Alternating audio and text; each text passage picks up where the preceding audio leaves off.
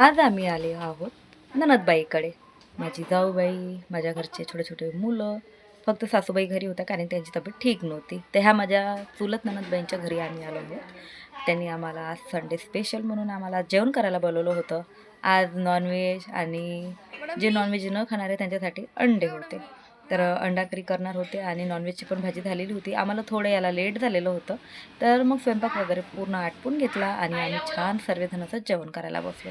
आणि जेवण करताना मस्त गप्पा, एकमेकांची टिल्ली उडवणं असे करता करता आमचं जेवण आम्ही पूर्ण कंप्लीट केलं आणि खरंच खूप छान मजा आली.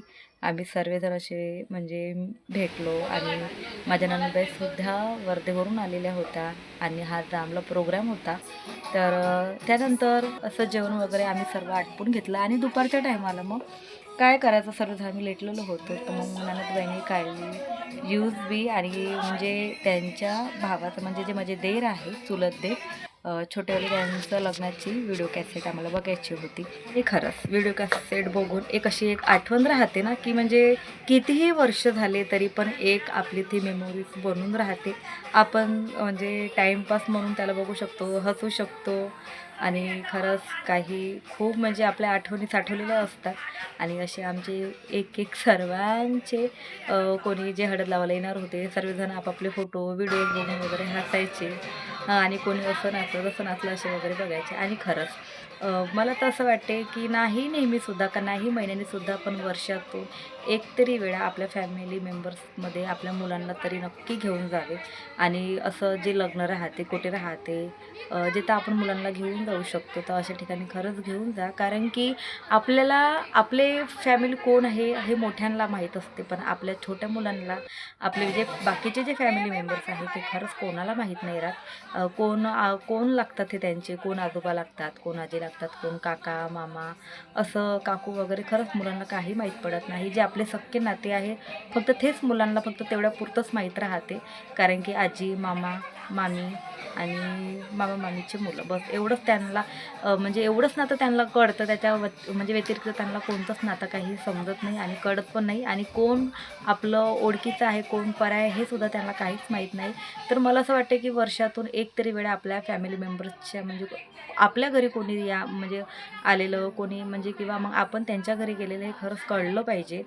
तर ह्या नंदबाईला तर आमच्या घरी सर्वजण ओळखतात आणि आम्ही पण असं अशी जे काही दूरचे नाही पण जे काही जवळचे आहे ना ते खरंच त्यांना त्यांच्याशी ओळख करून म्हणजे एक नातं जपणं एक त्यांना जसं आपण नातं जपतो तर मुलांनासुद्धा नातं जपणं आलं पाहिजे की म्हणजे त्यांनी आपल्याकडे बघूनच सर्व गोष्टी शिकत असतात.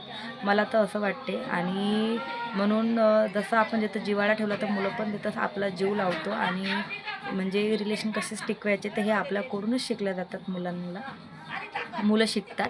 आणि तर मला असं वाटते आणि खरंच एकत्र भेटा एकत्र मिळा आणि म्हणजे हसी मजाक करून आपले जे समर सीझन आलेलं आहे ते खरंच घालवा. आणि खरंच खूप म्हणजे हॅपी मुमेंट राहते ना तो खरंच वर्षभर आपल्याला आठवण राहते, दुसरं काही नाही. आणि हे आहे मग अशी लग्नामध्ये आमची कमसे कम 1 वर्ष झालं ह्या कॅसेटला. तर आज आम्ही फर्स्ट टाईम बघून राहिलो आणि हे असं छान आमचं नातं सुरू आहे.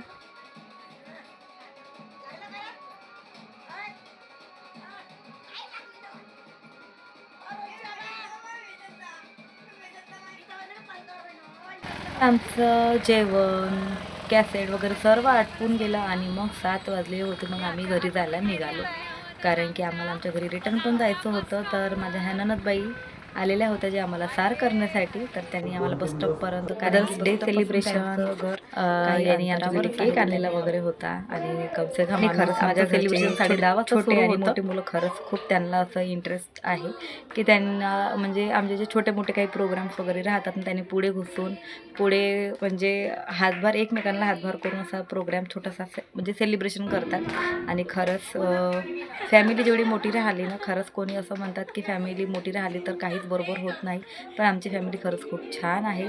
मनमुटाव तर होत असतात पण असं काही नाही आहे. पण खरंच फॅमिली एक फॅमिली असते आणि माझी फॅमिली खरंच खूप छान आहे.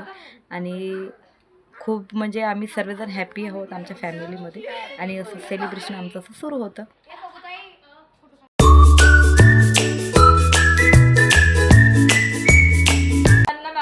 आणि आमच्या तिघीकडून सर्वांना थँक्यू सो मच. तुम्ही आमचा बर्थडे सेलिब्रेशन केला.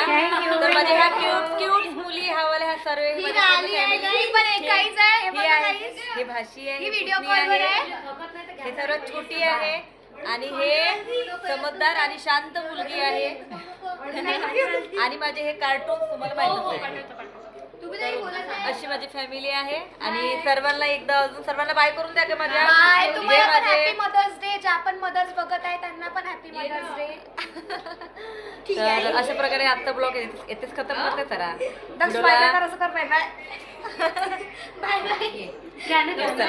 व्हिडिओ खतम करते. चला बाय.